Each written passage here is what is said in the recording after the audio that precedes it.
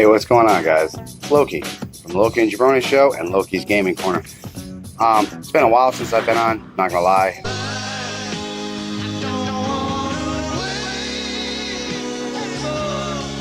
Between everything else going on, we haven't really had a chance to do too much, but me and the focused one, as we've been calling them lately, are gonna start really sitting down and working on this, because I've kind of gotten back into the whole, hey, step aside and go into this whole new world thing.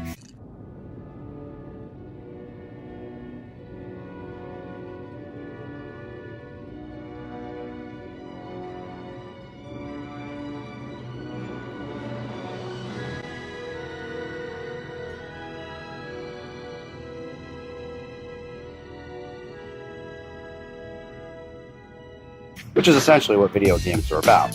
Stepping aside from the real world, going into this fake world, enjoying yourself, and stepping away from it. Which brings me to my point today. Are microtransactions killing the gaming industry?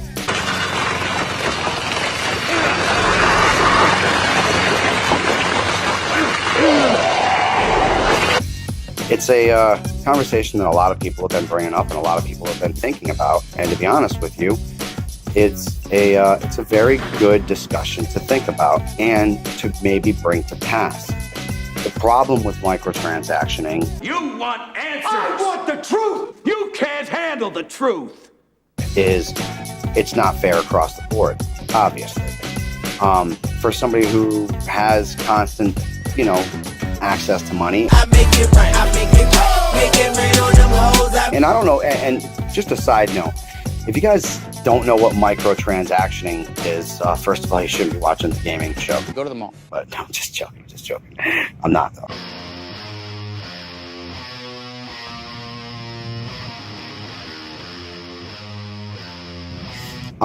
Microtransactions are when you are able to purchase loot boxes, special weapons, whatever it may be. In some cases, games even let you bypass the first 20 levels for $20 or whatever it is.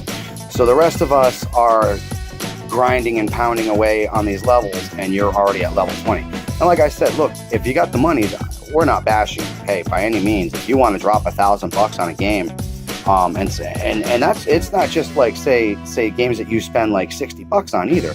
These are even games that you find on your phone. Some of these, some of the bigger games, like back in the day, it's Boom Beach and Clash of Clans and stuff like that. Literally, people, this is a free game, but people would justify the fact that, hey, a normal game costs like $65 with tax. I like this game enough where I'm playing it every day. You're playing it every day, number one, because it's on your fucking phone and it's right next to you. You don't have to sit down at a freaking thing. You can literally flip it on at lunch break or whatever else. You can't do that with your Xbox or your PC. You can't just carry your freaking power laptop around, just slap that bitch open. That's why people do this. But going on. You want to spend $1,000 on that, that's all you do. Now here's the problem with that. When you take away the competitive edge, and what I mean by competitive edge is, yes, some of these guys are incredible. Take it back in the day when we played Halo. For God's sake, what is that music? Woohoo! Horrible shit! Run, Jesus, run! For the first time ever, Halo 2, Xbox Live. Now, you were the Halo master in your neighborhood. The best thing you ever did during Halo 1 was LAN parties, where you literally would have 4v4, and they'd be right there in the same house as you, and you're not talking more than, say, maybe a state away that these people are coming and visiting you, whatever, and you just had these huge LAN parties. It's probably one of the greatest times I've ever had in the video game time and era. It was mad fun. If you never had a LAN party, I'm a loser. which, once again, if I have to explain this to you, well, maybe some of you guys are too young and you don't know what it is. So a LAN party, you would literally buy a connector, a device that would allow you to hook up, I know this is crazy, your Xbox, your PlayStation, whatever it was, to all these other TVs, and they would be able to communicate with themselves.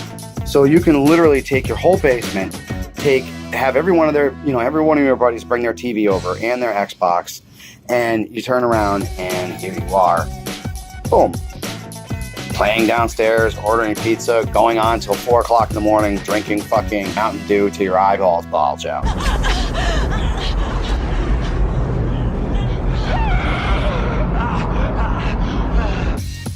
Now, it's mad fun because people are there. You're talking trash the whole time. Like I said, you knew who the best was. And you threw them on one team and you threw the other best one on the other team. That's how it worked out. Then the wonderful world of the internet came and gaming online came.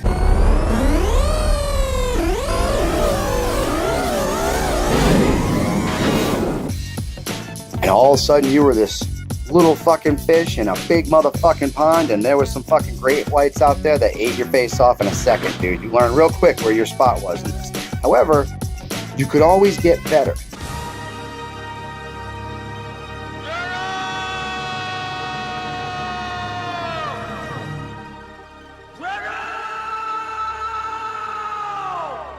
If you spent more time on it, if you did whatever else. And the other thing is, with these older games such as Halo, Call of Duty and stuff like that, weapons were on the map. You had to know where the weapons were. You had to be the first one to get there. And if you weren't the first one to get there, you better be the first one to kill that motherfucker to get that weapon. Hence, once again, the skill. Now we're heading back to today, microtransactions. The skill is still there. You still can have skill. The problem is, some of these guys spend so much. For example, Star Wars Battlefront 2 recently came out, and I was one of the ones that was really looking forward to it. Battlefront 1 was beautiful. It was done nicely, but it fell short. It just felt incomplete. I tell you, this station will be operational as planned. The Emperor does not share your optimistic appraisal of the situation. It always felt incomplete. The starship battles were really basic. They weren't too exciting. These huge grand scale battles, once you kind of got used to how they played, weren't so grand no more. They really were kind of weak. So you really break down coming into Forward, and you got part 2 coming out, and you know these guys want to hit it out of the park. The bad news, well, the good news is they did. They made an incredible game. So incredible, like I played the first person story, and I loved it. I absolutely loved it. I usually, and the other one didn't have a first, just a single player story. So there was no, just go right in, play online. And that's a whole other topic we'll get to another day. But bottom line is, I got the early release. So I had 3 days where I could play before other people could play it. Now people are like, well, Mike, that's a microtransaction, blah, blah, blah. No, it's not really. It's what we used to bitch about back in the day when we call it, now they call it downloadable content, or if you pre-order the game, they give you bonuses. It used to be as simple as a color. I mean, it was very simple. Now it's breaks down to costume. It was a costume, but now it breaks down to new levels. I mean, you can literally get the game 3 days before other people, so you can get a boost on them and stuff like that. The problem was that they allowed the microtransactioning to go on as well. You know you don't f***ed up, right? During that. And within those 3 days, people acquired so much that you literally had, me personally, I was lucky as shit, and I got this badass Luke upgrade, which made his force abilities last longer. And You'll find I'm full of surprise. that was nice. I was like, yeah, but that took me literally 3 days of playing this game nonstop, and just the luck of the draw getting it. Now I come across this Kylo Ren motherfucker.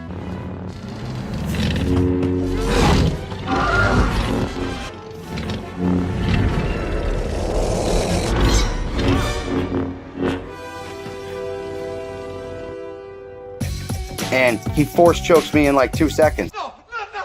I don't even have a time to react, and this dude already beats my ass, as well as everybody that was with me, without even a scratch on him.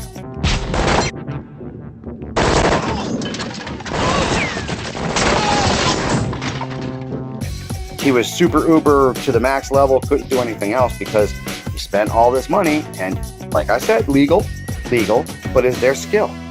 So soft. You lack discipline. Is there skill? Have you guys ever played Street Fighter?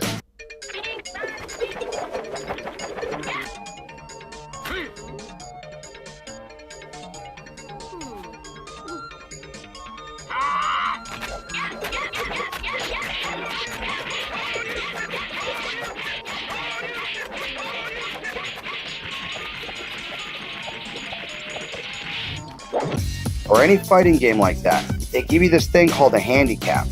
It's a little bar, right? Now on this bar, you can say, okay, Mike, you're really good at Street Fighter. However, you're playing against, you know, whoever. Maybe they're not good, or maybe you're playing against your cousin who's only 12, just to keep him entertained or whatever. You don't get the extra life. You don't want to beat his ass, but you also don't want to sit there and not act like you don't know how to play the game.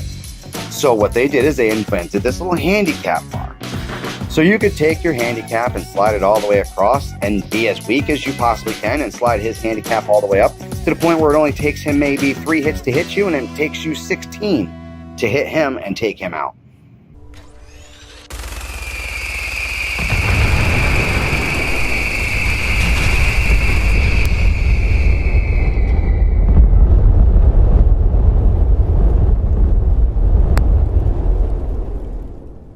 This is essentially what this game is doing now. You are essentially allowing a handicap to be existing into the game, but not asking the other person permission if they think it's cool to be handicapped. That's what I think is wrong with the microtransaction. I really believe that if we really, I mean, it's gotten to the point now, I mean, EA isn't going to stop. They make way too much money off of it. Forza, Madden, all these things that you literally, they have these cards. Overwatch, I love you to death, but you're guilty too. Fucking, you have the specials, $99, get like 30 fucking loot crates. Come on, man, like, I'm sorry, not 30, $100 to get fucking 30 loot crates. That's a lot of money. You're adding to it. You're adding to it, and Blizzard, I'm sorry. Like, I know you got to jump in the game and you got to get your money somewhere, but you guys are the one gaming place out there that doesn't give a shit about that. DLC's been free for you forever. There is no, get this bonus for 3 days. No, you guys don't do that shit, man. It has begun. The microtransactioning's got to stop. It's destroying the gaming world. I appreciate a free game as much as the next person, and let's be honest, like I said, we'll get into that whole free game in another episode or another showing, but even these free games are hashed games of games that people like spent decades of their lives making. Like, not decades, but damn close to it. I mean, if you guys really want to know what goes into making a game, go ahead and check it out. All the YouTube's right here. Say, what does it take to make a game? And a lot of these people, especially back in the day when Halo was first coming out, Gears of War was coming out. Look how beautiful Gears of War looked back then. They put their heart and souls into these games, and now these free games just come in and they rip them off, and they rip off their ideas, and then they don't make any money off of it because it's free. They don't have to fucking like that, but the microtransactioning, they're making fucking bazillions off of. So go ahead and mark off in the comments, guys. What do you think about microtransactioning? Should it be there? Should it be allowed to continue on? Should there be a handle on it? Should you only be allowed so many microtransactions, per day? Should there be a league? My only microtransactions play in this league. Everybody else is in here. I mean, it definitely changes the skill level. It definitely changes things around. And that's about it, man. Like I said, let me know what you guys think. I told you what I thought about microtransactioning. I don't think it's a place for gaming no more. I think it needs to be put out. And that's it, guys.